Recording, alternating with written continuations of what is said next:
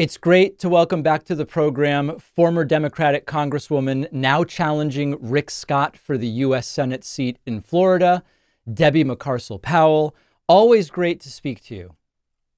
Yeah, thank you for having me, David. Good to see you. So listen, Florida, before last week, Florida increasingly has been sort of like ceded to Republicans, at least as far as the presidential elections go, even though there have been very hard fought battles for Senate, governor, etc. We then had the debate last week, which the, supposed experts argue is going to hurt down ballot Democrats like you up against an incumbent Republican. I'm sure you saw the debate last week, or at least heard about it. What's your campaign's sense of if and how President Biden's performance helps or hurts what you're trying to do in Florida? So, David, it's really interesting because I think one of the messages that I've been sending and actually hearing back is that now more than ever, these Senate races are incredibly important because regardless of what happens at the top of the ticket, we have to hold the Senate.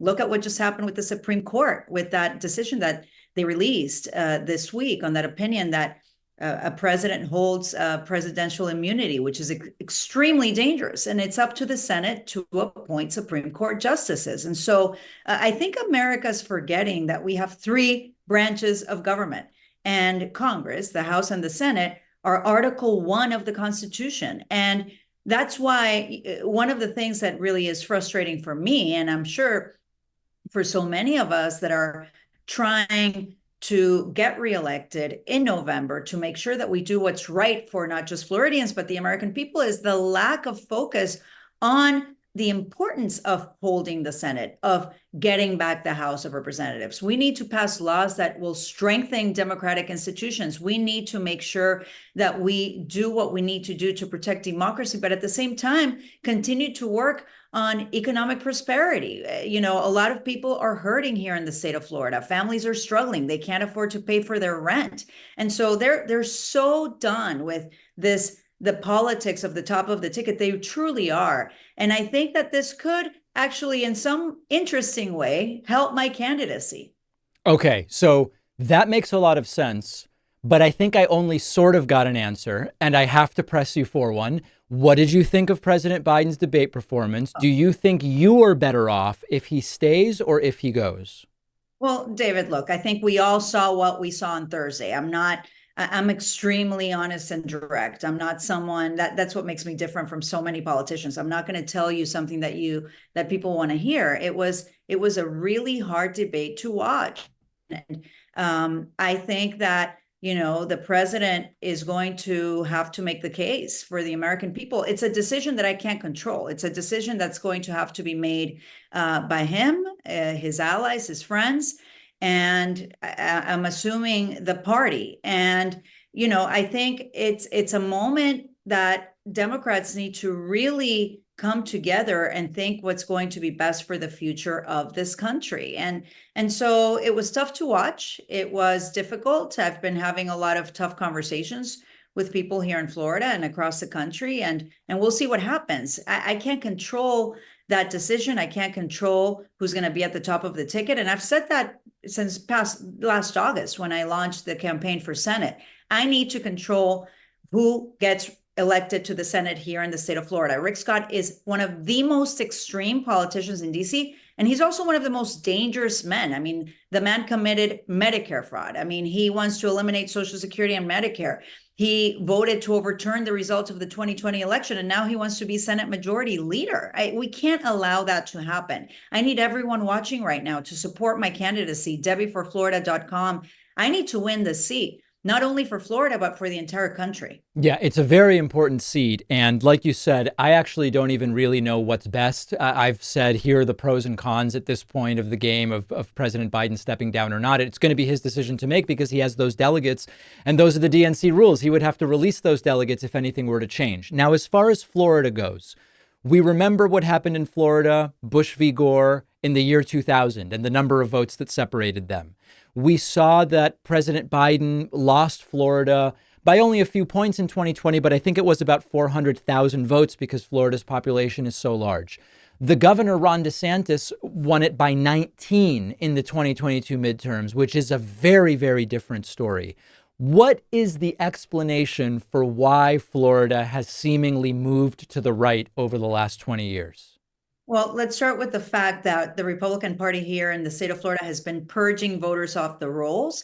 When you look at the Republican voter registration between 2020 and 2024, they haven't really gained a whole lot at all. But what they've done very well is purge voters who were registered to vote by mail off the rolls, voters that didn't respond to a mail piece saying, verify that this is your address. They were purged off the rolls. That doesn't mean that they're not allowed to vote in this election. And that's the work of the party here in the state of Florida. They're going to have to make sure that those people that have been purged off the rolls know that they can still come out and vote, that they have all the information for the elections. And we have to have a very strong ground game. Florida has always been a swing state. And like you said, in 2020, Trump won the state only by 3 points, and there were no investments in 2020. There were zero investments from the Democratic Party here in 2022. And there was a lot of voter suppression tactics. If you remember, DeSantis not only gerrymandered maps, which shows that big red spot in Florida. It's not because we're not purple. It's because they drew maps, the most extreme gerrymandered maps that we've seen in this country. And what happened in October of 2022, right before the election, there were several people that were arrested for voting. And of course, there were people of color. There were felons who had restored their rights to vote. They arrested them. Of course, later they were released. They didn't find any evidence of any guilt there. And those efforts to suppress a vote have been real, and they've been very strong. This is a different cycle. It's a different election. I've been traveling all over the state, and there are a lot of people that are just so tired of this extremism coming from DeSantis and the Republicans here in the state, also from Rick Scott. This is one of the states where people can't afford to live. I mean, seniors have been forced to go back to work because they can't pay for their property insurance rates. And that mess started under Rick Scott when he was governor. So I think this is a different cycle. It's a different election. I'm a different candidate running against a man who committed fraud. I'll make sure to remind Floridians of who I'm running against and why this election is so important. So let's talk a little bit about some of those demographic shifts that you kind of alluded to. There are those right now in the Republican Party predicting a mass abandonment of the Democratic Party in November by Black voters and Latino voters. Now, I've talked to people who conduct some of this polling, and their view is there seems to be a little bit of a shift, but this mass realignment, racial and ethnic realignment that some are predicting isn't happening. But in Florida, what we do know is that Cuban Americans and Venezuelan Americans, for reasons you and I previously discussed on my Spanish show a couple of years ago, have started to take more fondly to reactionary ideas and to what, in certain states, MAGA is offering them. Now, as an Argentinian American myself, I can tell you most Argentinian Americans lean quite left. As an Ecuadorian American, you can tell us where Ecuadorian Americans tend to lean, but Cubans and Venezuelans, particularly in Florida, they seem to find an appeal in what Republicans are offering today. Am I being accurate, or am I getting something wrong? No. I mean, I think that there has been a mild shift from Latino voters here in South Florida, particularly because of the disinformation, the targeting disinformation. They've only been hearing mostly from extreme right-wing Republicans like Rick Scott, right? Like Marco Rubio, who are lying to them. I mean, they literally are voting against our allies that are trying to stop Russia. Meanwhile, Russia's propping Cuba, Venezuela, Nicaragua. Having come from Latin America, I can tell you that most Latinos that I talk to, regardless of where they're from, whether they're Cuban Latinos, Venezuelan Latinos, Nicaraguans, they are seeing what's happening with Trump and his loyalists. They are seeing a man who's trying to take over power and become a dictator, violating freedoms, violating civil rights. They know that January 6th was an attempted coup. They know that it was an insurrection. Just yesterday, I met a Cuban American Republican woman in her early 70s at a doctor's office. And when we started talking, I said, I'm a Democrat. And I told her I was running against Rick Scott. She's like, "No, I'm going to support you 100%. I can't believe what's happening to our party. I can't believe what's happening at the top of the ticket." Today, Cuban American Republican, also in his 70s, sent me a text that he wants to help my campaign and he wants to do everything in his power to stop Trump from being reelected. These are conversations that I'm having down here. Yes, it is a diverse population. Latinos, you have Latinos who will support the right, other Latinos that support the left, but there are a lot of Latinos that are right in the middle. And when they hear my story of someone that came here, my mom brought me here for economic opportunities, for freedom, someone that, because of my hard work and the community behind me, I was elected to become the first Ecuadorian American to ever serve in the U.S. House of Representatives. They relate to that story and they know. Rick Scott has no idea, right, what it's like to leave a country like under a military dictatorship. My family grew up in a military dictatorship. I have family in Venezuela. He has no idea. He's just using this for political points. No one like myself is going to raise our voices and fight authoritarianism and fight dictatorships the way that we have in Latin America. No one like myself will do that except somebody that has lived that reality. And so I think that Latinos, when they hear my story, they connect very quickly. And let's put this to rest right now. I have spoken very, very clearly against dictatorships, socialist dictatorships in Venezuela, Cuba, and Nicaragua. I stopped them from participating in the Summit of the Americas. So these lies that somehow, because I'm from the Democratic Party, I represent anything else except freedom and democracy is just crazy, and it has to stop. And I really think it's important now for the country to pay attention to my candidacy, because this conversation of Latinos going to the right, well, who's going to be able to reach out to Latinos but none other like someone like me who speaks their language and communicates with them directly? And so let's support Latinos running for federal office. Not I just want to talk, if we can, a little about the role of abortion in all of this, because nationally we've seen that since Roe v. Wade was overturned, it's been pretty disastrous for Republicans. Every ballot referendum that I'm aware of has gone against them. Even districts that are historically red, when it came to some local elections after that issue, it hasn't gone well. On the other hand, it is also true that Central and South American countries are more conservative on the issue of abortion than much of the United States. Argentina only recently actually moving to legalization, if you can imagine, where you could still access abortions if you had money, but it was all done privately in, these private clinics.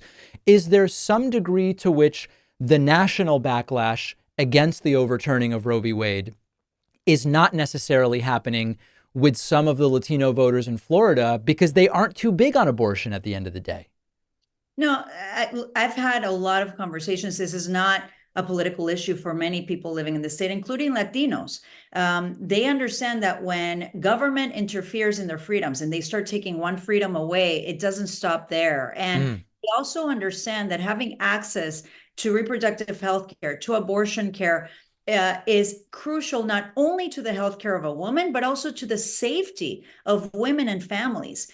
We've seen a rise in violence against women when there's no access to abortion care. It's also linked to higher rates of maternal mortality, and Latinas understand it. And that's why in Argentina, they legalized abortion care. They also did it in Colombia, in Mexico, like you said, more conservative countries, because of the links to higher rates of maternal mortality. And just here in Miami, just this week, we heard of a woman, Anya, who had a miscarriage at 16 weeks. Her doctors told her it was a high-risk pregnancy, that she would have to terminate a pregnancy. She was denied that care here in Miami because of this extreme abortion ban that Rick Scott supports. And what happened? She almost died. She had a miscarriage, lost almost half of her blood, and almost lost her life. This is the United States of America. This is a country where we should be striving for better quality healthcare for everyone, including women. Reproductive healthcare is healthcare for women. And now we're living in a state where women have less rights than we did last year because of extremists like Rick Scott.